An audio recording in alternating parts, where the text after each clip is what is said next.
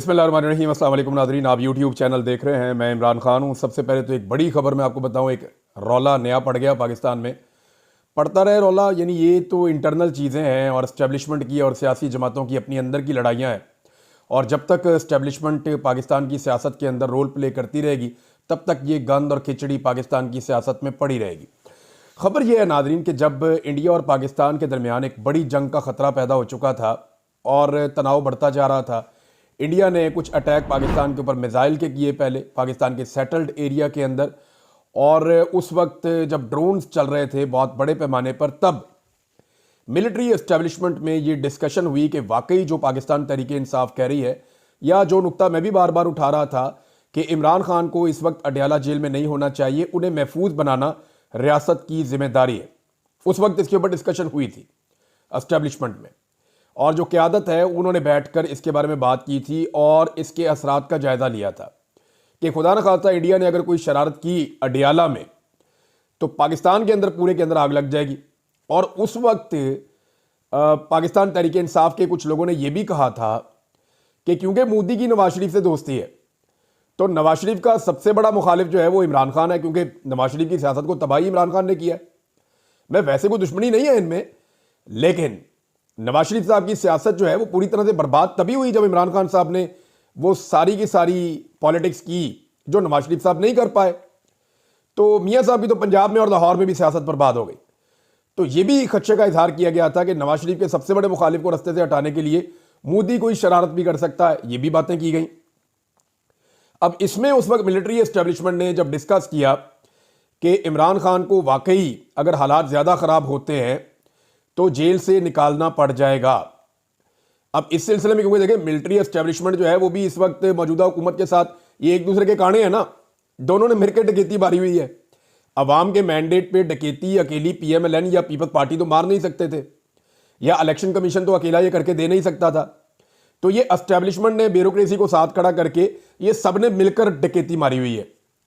अब वो जब डकैती आपने मिलकर मारी हो ना, तो फिर आप एक दूसरे को एतमाद में लेते हैं।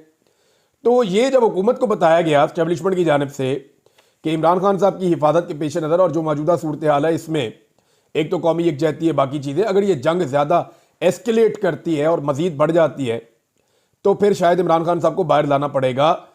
तो इस पर जब ये बात पीएमएलएन ने इंटरनली डिस्कस की मियाँ मोहम्मद नवाज शरीफ साहब से, तो नवाज शरीफ साहब ने कुछ ऐसे जुमले बोल दिए गुस्से में, क्योंकि मियाँ साहब नहीं चाहते कि इमरान खान बाहर आए।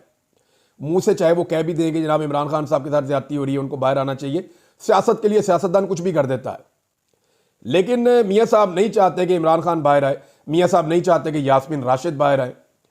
और अब मियाँ साहब को सजा देने के लिए आने वाले दिनों में पहले यास्मीन राशिद बाहर आएंगी, क्योंकि उनके ऊपर जितना भी जुल्म और जबर किया जाना था वो हो गया।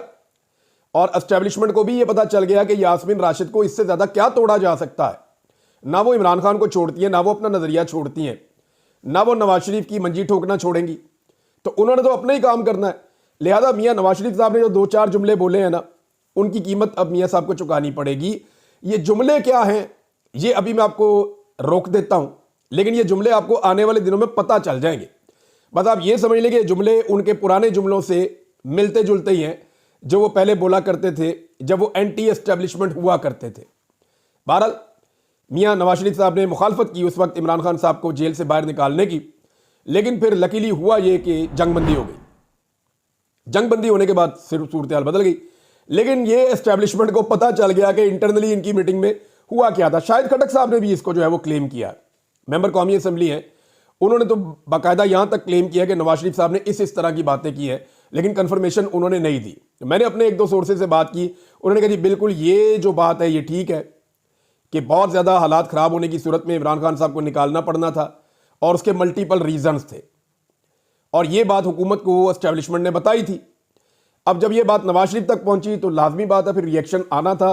वो जो मियाँ साहब का रिएक्शन आया उसे कोई ज़्यादा पसंद नहीं किया गया, लेकिन इससे कोई फ़र्क नहीं पड़ता। मेरे ख्याल में जो सियासी फैसले हैं वो सियासतदानों को करने चाहिए, और ये जो झूठी गिरफ्तारियां और जेलें हैं ये चीज़ें वैसे ही ख़त्म कर देनी चाहिए इस मुल्क के अंदर। अब एक और ख़बर नाजरीन चलाई जा रही है, और इसका आगाज़ होता है जब अली अमीन गंडापुर साहब ये कहते हैं कि इमरान खान साहब मुज़ाकरात के लिए राज़ी हो गए। उन्होंने और बहुत सारी बातें की। उन्होंने कहा जी कि मुझे हर हफ्ते मिलाना चाहिए इमरान खान से, मैंने सूबा चलाना है इमरान खान के विजन के मुताबिक, जब नहीं मिलाएंगे तो फिर मैं कैसे वहां पे उनके विजन के मुताबिक कैसे परफॉर्म करूंगा। फिर गंडापुर साहब ने कहा जी कि इमरान खान साहब मुज़ाकरात के लिए राजी हैं। देखिए, इमरान खान साहब पहले दिन से मुज़ाकरात के लिए राजी हैं। सियासतदान मुज़ाकरात ही करता है। ये नहीं हो सकता कि सियासतदान टेबल पे ना बैठे और वो कहे जी बंदूक उठा लो। जो सियासतदान सड़क के ऊपर करता है या एहतजाज करता है वो प्रेशर बढ़ाने के लिए करता है, वो अवामी दबाव डालता है अपने सियासी मुखालिफिन पे, ताकि वो टेबल पे बैठ के जो अवाम की आवाज़ है उसको समझें और उन पर प्रेशर आए, उनको नजर आए कि अगले इलेक्शन में उनकी फिर दुर्गत बन जाएगी। लिहाजा इस वक्त बैठ के बात करना जरूरी है। तो ये इमरान खान साहब तो हमेशा कहते हैं, अभी आपको याद होगा जब आदम सवाती साहब गए थे मिलने के लिए इमरान खान साहब को, तो जेल से बाहर आकर इन्होंने दावा किया कि इमरान खान साहब ने मुझे एस्टेब्लिशमेंट से मुज़ाकरात का टास्क दे दिया है।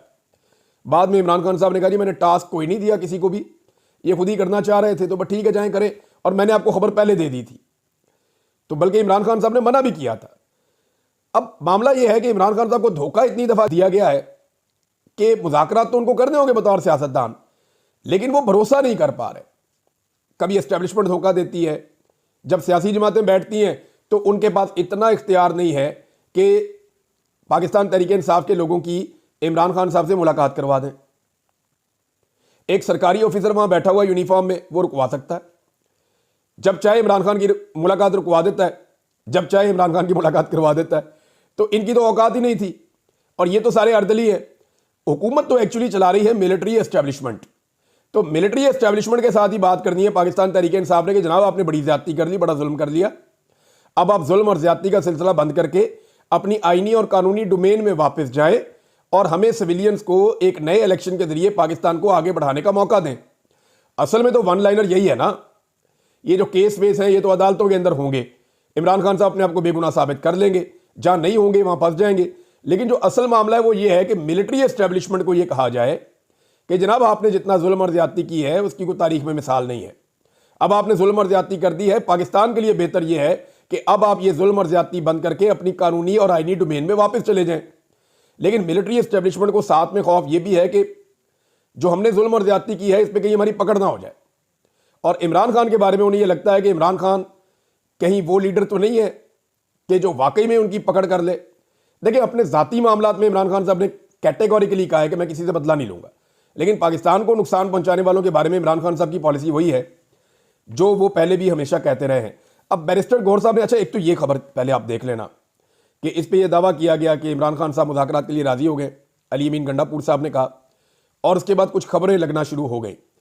कासम सूरी साहब ने जो है वो इसके ऊपर एक ट्वीट भी किया। ये जंग अखबार की खबर है जी, इसका जो फ्रंट पेज है उसके सबसे ऊपर वाली शाह सुर्खी है और अंसार अब्बासी साहब के हवाले से खबर लगाई गई है। पहले खबर आपको पढ़ के सुनाता हूँ, फिर बताता हूँ इमरान खान साहब से जब जेल में मुलाकात हुई। अब देखें ना, अगर इमरान खान साहब से जेल में मुलाकातें ना हो रही हों तो ऐसी खबरों की तस्दीक और तरदीद कैसे होगी। यानी जब आप खबर दे दें जंग जैसे अखबार के अंदर और ऊपर लीड छप जाए अखबार में, तो आप तरदीद अगर करने के लिए लीडर मौजूद ही नहीं है या उससे मुलाकात नहीं हो रही तो फिर आप तस्दीक और तरदीद तो नहीं कर सकते। अब यहां पे खबर जो दी है कि इमरान खान ने शहबाज शरीफ की मुज़ाकरात के लिए पेशकश कबूल कर ली, बातचीत मीडिया की चकाचौंध से दूर रखना चाहते हैं। अच्छा, अब आप ये देखें, बातचीत मीडिया की चकाचौंध से दूर रखना चाहते हैं और जंग अखबार की सुर्खी छप गई। ये नहीं, अगर पीटीआई और नून लीग ये चाहते हैं कि उनके बीच में कोई बात हो और मीडिया को कानों कान खबर ना हो और ये लीड छप जाएगी, इज इट पॉसिबल। अच्छा, पिछले मुज़ाकरात मीडिया स्क्रूटनी की वजह से नाकाम हुए थे। जराए बैरिस्टर गौहर को मुज़ाकरात की इजाज़त, पार्टी अब बाज़ाब्ता तौर पर हुकूमत से बातचीत आगे बढ़ाने के लिए रुजू करेगी। बैरिस्टर गौहर की वज़ीर आज़म शहबाज शरीफ का पैगाम इमरान खान तक पहुंचाने की तस्दीक, नहीं बता सकता कि क्या बातचीत हुई। हालांकि बैरिस्टर गौहर ने कहा जी कोई डील नहीं हो रही, ऐसी कोई बात ही नहीं है। आप बातचीत इमरान खान साहब सबके साथ कर सकते हैं, उनकी शराइत है। वो अपने मैंडेट की वापसी कहते हैं या नए इलेक्शन की बात करते हैं। अब वो पहले मैंडेट कहते थे, अब वो कहते हैं नया इलेक्शन करवा लो। अब तो बेड़े गर्क कर दिया आपने सारे के सारे अमल का सारा इलेक्शन जो है उसको मैनिपुलेट करके रख दिया आपने, सारे डॉक्यूमेंट इधर से उधर कर दिए। लिहाजा अब आप एक नया इलेक्शन करवाएं। दूसरा, इमरान खान साहब कहते हैं कि 9 मई की और 26 नवंबर की जुडिशियल इंक्वायरी करवा दें और बेगुनाह सियासी कैदियों को रिहा किया जाए। अब रिहाइयों का सिलसिला जो है वो नाजरीन अब तकरीबन शुरू हो चुका है और थोड़े दिनों के अंदर आप देखेंगे कि आहिस्ता आहिस्ता बंदे बाहर आ जाएंगे। ये दावा किया जा रहा है। ये चीज़ें जो है ना, ये किसी वक्त चलती हैं तो एकदम ख़राब भी हो जाती हैं। ये भी बात आप अपने ज़हन में रखें किसी वक्त भी जहां दाव लगेगा मिलिट्री एस्टेब्लिशमेंट का और उन्हें लगेगा कि अभी मौजूदा सेटअप के साथ मजीद कंटिन्यू किया जा सकता है, तो वो इमरान खान को और उनके साथियों को फिर बहुत पीछे डाल देंगे। लेकिन इस वक्त क्योंकि इदारे के अंदर से एक दबाव है कि जनाब नवाज शरीफ तो साथ खड़ा होता ही नहीं है पाकिस्तान के, ना उनकी बेटी साथ खड़ी होती है। देखें ना, अब ये जितना मर्जी रौला डाल लें, नवाज शरीफ और मरियम नवाज की जो 5 दिन की खामोशी है, जो 5 दिन लड़ाई के दौरान वो चुप रहे, नरेंद्र मोदी और भारत के बारे में उन्होंने एक लफ्ज नहीं बोला, बल्कि वो तो अभी भी नहीं बोलते, उन्होंने इनकी सियासत में तबाही फेर दी है। अब अगर ये अपने गले के अंदर ढोल डाल के भी भाटी चौक में जाके खड़े हो जाएंगे और जंगी तराने बाप बेटी गाएंगे भी, तब भी लोग इनकी बात नहीं सुनेंगे।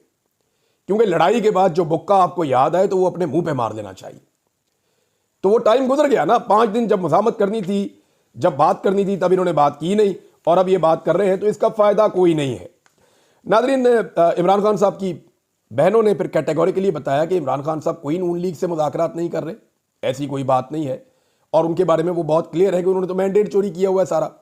बात तो असल में एस्टेब्लिशमेंट के साथ ही होनी है ना, और एस्टेब्लिशमेंट के साथ बात ये होनी है कि इख्तियार असल में उन्हीं के पास है, तो उन्हीं को कहना जनाब आप पीछे हट जाएं, वापस चले जाएं।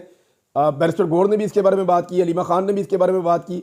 अब कुछ और चीज़ें हैं जो अलीमा खान साहबा ने बताई कि जो पैरोल पे रिहाई वाला मामला था, जो खबर हमने आपको दी थी, जो अली अमीन गंडापुर साहब गए थे अदालत में कि मेरे लीडर को पैरोल पे आप छोड़ दें, जंग का खतरा और हालात ये है, इस पे भी इमरान खान साहब से किसी ने कोई मुशावरत नहीं की। जब इमरान खान साहब से पूछा गया कि पैरोल के ऊपर आपकी रिहाई का एक मामला है, उन्होंने कहा वो क्या होता है, कैसे होगा, नहीं तो वो कैसे छोड़ देंगे। अब क्योंकि वहां बातचीत करने के लिए टाइम बहुत कम होता है, तो इनको सबको आइडिया हो गया कि इनको तो पता ही नहीं है और ना ये पैरोल के बारे में ज्यादा जानते हैं, तो इन्होंने वो बात छोड़ी और आगे बढ़ गए और बाहर आकर बताया कि जनाब इमरान खान ना तो पैरोल वाले केस के बारे में जानते हैं, ना उनसे मुशावरत की गई है, और ना वो इस मामले के बारे में ज्यादा जानते हैं, क्योंकि कैदी ऐसे भी बाहर आ जाता है पैरोल के ऊपर। तो ये उन्होंने आकर बताया कि पैरोल वाला मामला भी इमरान खान को उसका नहीं पता था। अच्छा जी, अब एक चीज और है, वो भी मैं आपके साथ शेयर करता हूं। अलीमा खान साहबा ने कुछ चीजें और इमरान खान की दूसरी बहनों ने कुछ चीजें बताई हैं जो रिलेटेड है इमरान खान साहब से। एक तो जो एक कमल शोदब साहबा की ऑडियो आई थी, उस पर उनकी अपनी भी बात में तरदीद आई। उन्होंने कहा जी ऐसी बात नहीं है जैसे समझा जा रहा है, मैं पीटीआई की वफादार हूं, और उन्होंने एक लंबा चौड़ा इसका जवाब भी दिया। पाकिस्तान तहरीक इंसाफ ने भी ये कहा कि कोई प्रोपेगेंडा ये ना करे कि उनको पार्टी के ओहदे से हटाया गया, वो बदस्तूर अपने ओहदे के ऊपर मौजूद हैं, और वो जो ऑडियो वाला मामला है वो बदस्तूर उनके गले भी पड़ा हुआ है। अब यहां पे जो जवाब दिया अलीमा खान साहबा ने, बड़े जबरदस्त जवाब दिया और बड़ी शानदार तरीके से उन्होंने इस मामले को हैंडल किया। उन्होंने कहा देखिए जी, पार्टी का चेयरमैन इमरान खान ही है, बैरिस्टर गौर को मजबूरी में इमरान खान ने इसलिए नामजद किया ताकि इमरान खान का पैगाम बैरिस्टर गौर के जरिए बाहर आ सके, बस ये उनका डाकिए का रोल है। एक्चुअली उन्होंने डाकिया नहीं कहा, लेकिन मैं आपको बता रहा हूं कि बैरिस्टर गौर फैसला साजी नहीं कर सकते, हर फैसले के लिए उनको इमरान खान के पास जाना पड़ता है, हर बार पूछने के लिए वो इमरान खान के पास जाते हैं, तब जाकर कोई फैसला होता है। ये नहीं हो सकता कि बैरिस्टर गौर खुद से फैसले करना शुरू कर दें, ये है भी नहीं ना, ये फॉर्मूला भी नहीं है, इस तरह वो पाकिस्तान तहरीक इंसाफ चलती भी नहीं है। तो बैरिस्टर गौर साहब का जो एक्चुअल रोल है वो तो डाकिए का है कि वो अंदर जाएंगे, और इमरान खान साहब ने शायद उन्हें इसलिए बनाया था कि बैरिस्टर गौर कभी गिरफ्तार नहीं होंगे। इमरान खान साहब को शायद पहले से आइडिया था कि बैरिस्टर गौर की ऐसी शख्सियत है, वो इतने धीमे मिजाज के इंसान है और ऐसे ज़बरदस्त शहरी हैं कि उनको शायद ये रियासत गिरफ्तार ना करे, और वो गिरफ्तार नहीं होंगे, वो बाहर रहेंगे। लिहाजा इमरान खान साहब का पैगाम लगातार पाकिस्तानियों तक या इमरान खान साहब की पार्टी तक पहुंचता रहेगा। तो एक ऐसा आदमी उन्होंने चूज किया, ये बड़ी दानिशमंदी है कि कम से कम बात तो बाहर निकले मेरी। तो ये उन्होंने कहा जी बैरिस्टर गौर चेयरमैन नहीं, इमरान खान ही चेयरमैन है, वही फैसले करते हैं, लेकिन इमरान खान ने इनको नामजद किया पैगाम आवाम तक पहुंचाने के लिए, नंबर 1। नंबर 2, कमल शोदब साहबा के हवाले से भी अलीमा खान साहबा ने कहा देखें उनको अब कुछ थोड़ा ट्रेनिंग उनकी होनी होगी, और उसकी वजह उन्होंने ये बताई कि कैसे प्रोफेशनल तरीके से रद्देमल दिया जाता है इसके बारे में, लेकिन कोई नेगेटिव बात उन्होंने नहीं की। और ख़ुद उन्होंने कहा जी बिल्कुल वो ठीक कह रही हैं, मेरा सियासत से कोई ताल्लुक नहीं है, मैं तो अपने भाई के लिए हूँ, और ये मामला इंतहाई संजीदा है और सबको संजीदा लेना चाहिए, ये इमरान खान की ज़िंदगी का मामला है, और इस तरह उन्होंने ये बात कही। नाज़रीन, मैं बात कर रहा था कि शरीफ खानदान ने जो अपना डैमेज कर दिया 5 दिन तक खामोश रहकर, तो अब मैंने आपको बताया कि वो गले में ढोल डालकर भी भाटी चौक में खड़े हो जाना बाप बेटी, और कौमी तराने गाएं ऊंची आवाज़ में अच्छे सुरों के साथ, फिर भी कौम ने जो है वही तस्लीम नहीं करना कि ये मुश्किल वक्त में पाकिस्तान के साथ खड़े होने वाले बाप बेटी हैं। ये तो अभी भी मोदी के खिलाफ एक लफ्ज़ नहीं बोलते, आरएसएस के खिलाफ एक लफ्ज़ नहीं बोलते, इंडियन जारहियत के खिलाफ, आबी जारहियत के खिलाफ अभी भी नहीं बोलते, खामोशी रहते हैं। इनके ऊपर दबाव बहुत ज़्यादा है, ये मैं जानता हूँ, लेकिन अब शरारतें शुरू कर दी हैं पाकिस्तान तहरीक इंसाफ के सोशल मीडिया ने। वो शहबाज गिल का एक ट्वीट मैं देख रहा था, क्योंकि ये कहते हैं ना JF-17 थंडर मियाँ साहब ने खुद बनाया और मियाँ साहब भी जो है वो पूरा ऑपरेशन डिज़ाइन कर रहे थे। उन्होंने लिखा कि J-17 मिशन भेजने से पहले मियाँ साहब ने टायरों की हवा खुद चेक की और जो पिछले टायर हैं उनकी हवा का जो प्रेशर है वो 45 की जगह 47 रखा। ये फार्म 47 की निस्बत से 47 हवा का प्रेशर रखा गया। कुछ लोग दिखा रहे हैं कि मियाँ साहब जब ग्वाल मंडी में हुआ करते थे, वेल्डिंग करते थे, तो वो JF-17 थंडर की वेल्डिंग कर रहे हैं। तो लोग जो है वो मीम्स बना रहे हैं। जब आप ऐसी हरकतें करते हैं तो यही होता है। और दूसरी तरफ जो है वो असल वीडियो अपलोड हुई है और बहुत ज़्यादा वायरल हो रही है। ये वीडियो है 11 मार्च 2022 की, ये आप देख सकते हैं। इसमें इमरान खान साहब खड़े, एयरफोर्स के लोग बैठे हैं, JF-17 थंडर भी दिखाया गया है। तो इमरान खान साहब ने मुबारकबाद दी थी पाकिस्तान को और चाइना को और एयरफोर्स को, और उन्होंने कहा 40 साल पहले हमें F-16 मिले थे, तब हमें पता चला था कि हम जदीद लड़ाई के तकाज़ों के मुताबिक आगे बढ़ गए हैं, कौम बड़ी खुश थी। आज हमें J-10C मिले हैं। बदकिस्मती से जो बड़े सगीर है, यहाँ पे ताकत का तवाज़ुन बिगाड़ने की कोशिश की जा रही है। ये इमरान खान साहब इशारा दे रहे थे, मोदी का नाम लिए बगैर, या वो राफेल तैयारे का एक्चुअली नाम लिए बगैर, कि यहाँ पे ताकत का तवाज़ुन बिगाड़ने की कोशिश की जा रही है, क्योंकि हमारी मशीन से बेहतर मशीन भारत लेकर आ रहा है, वो राफेल थी। तो फिर हमें भी ये करना पड़ा, इमरान खान साहब ने कहा। फिर उन्होंने कहा ये मॉडर्न थिंकिंग है, नई टेक्नोलॉजीज में हम जा रहे हैं और मुझे इस बात की बड़ी खुशी है। फिर एयरफोर्स की उन्होंने तारीफ की, पाकिस्तान की फोर्सेज की उन्होंने तारीफ की। फिर इमरान खान साहब ने यह भी कहा इसमें कि कौम और फौज को इकट्ठे होकर लड़ना होता है, और कौम की सपोर्ट के बगैर फौज कुछ नहीं है, और फौज हमेशा कौम की सपोर्ट से लड़ती है। ये आपने देखा भी अभी, जैसे ही कौम ने सपोर्ट दी तो पाकिस्तान ने तगड़ा जवाब दिया।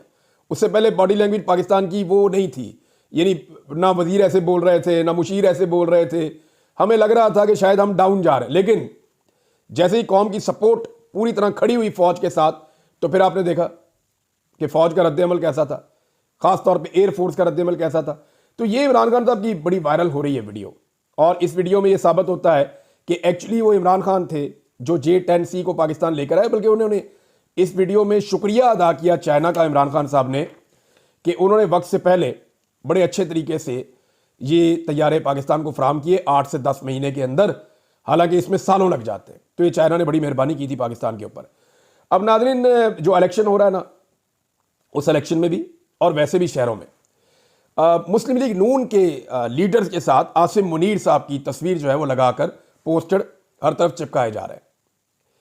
यानी सियासतदानों के साथ आर्मी चीफ, कैसा लगता है? ये मुशर्रफ के दौर में देखते थे कि काफ लीग के रहनुमा जो हैं वो उस वक्त जनरल मुशर्रफ की फ़ोटो अपने साथ लगाकर इलेक्शन लड़ते थे।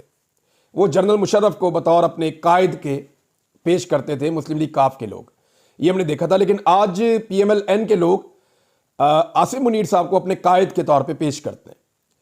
आसिम मुनीर साहब एक डिक्टेटर नहीं है, लेकिन पाकिस्तान में वैसे माहौल तो वैसे ही है, तो इनकी तस्वीर लगाने के ऊपर फौज को एतराज़ करना चाहिए। फौज को एतराज़ ये करना चाहिए कि वो सियासी लीडर तो नहीं है या PMLN के कोई मेंबर तो नहीं है कि मरियम नवाज और नवाज शरीफ के मुंह के बीच में आसिम मुनीर साहब का मुंह जो है वो लगा दिया जाए और दिखाया जाए कि जनाब ये देखें, ये एक ही तरह के लोग हैं। नहीं, वो एक सरकारी मुलाजिम है, 22वें ग्रेड के एक ऑफिसर हैं, और उनकी सिक्योरिटी की स्पेसिफिक ड्यूटीज़ हैं, और ये दोनों जो हैं एक पॉलिटिकल पार्टी के लीडर हैं। अब वो चाहे मकबूल है चाहे गैर मकबूल है, तो ये एक इदारे को मिलाइन नहीं करना चाहिए, और इदारे को चाहिए सिलसिले को रोके। क्योंकि देखिए, जो PP 52 है सियालकोट वाली साइड पे, PP 52, वहाँ पे जो इलेक्शन हो रहा है, उस इलेक्शन में बाकायदा जो हुकूमती उम्मीदवार है नून लीग का, वो आसिम मुनीर साहब की फ़ोटो लगाता है अपने पोस्टर्स के ऊपर अपने इलेक्शन की कंपेन के लिए। यानी वो जो इलेक्शन की कंपेन अपनी बना रहा है, उस पर वो अपनी शक्ल लगाता है, मरियम नवाज की लगाता है, आसिम मुनीर की लगाता है। यानी अब उन्हें ऐसा लगता है कि नवाज शरीफ की फ़ोटो लगाने की बजाय आसिम मुनीर का फ़ोटो लगाना चाहिए आर्मी चीफ साहब का। शायद उन्हें यह लगता है कि आसिम मुनीर साहब उनको इलेक्शन जितवाएंगे और नवाज शरीफ इलेक्शन नहीं जितवाएंगे। तो आर्मी चीफ को मुतनाज़े करने का इससे बेहतर कोई और तरीका PMLN के पास हो नहीं सकता। देखिए, आर्मी चीफ है ना, वो एक फोर्स के आर्मी चीफ है, कल उनकी जगह कोई और होगा। ये एक ओहदा है इसको आप पोलिटिसाइज ना करें, इसको पॉलिटिक्स के अंदर ना घसीटें। ये जो तासुर दिया जा रहा है कि आसिम मुनीर साहब का ताल्लुक नून लीग के साथ है और नून लीग इस ताल्लुक को एंजॉय भी कर रहे हैं, हर जगह पोस्टर में चिपका रहे हैं, लगा रहे हैं, इलेक्शन कैंपेन के अंदर लगा रहे हैं, ये नामुनासिब है और फौज को यह सिलसिला रोकना चाहिए। फर्ज करें वह पाकिस्तान तहरीक इंसाफ अगर इलेक्शन जीत जाती है तो क्या तहरीक इंसाफ ने आसिम मुनीर साहब को शिकस्त दी है? क्योंकि वो तो कैंपेन में उनका नाम इस्तेमाल कर रहे हैं। और फर्ज करें अगर वहां पाकिस्तान तहरीक इंसाफ को धांधली करके इलेक्शन हरा दिया जाता है तो फिर क्या यह धांधली इसलिए हुई है कि आसिम मुनीर साहब का नाम उन्होंने अपनी कैंपेन में इस्तेमाल किया था? तो दोनों सूरतों में इसमें कमाई कोई नहीं है, इसके अंदर उल्टी बदनामी है।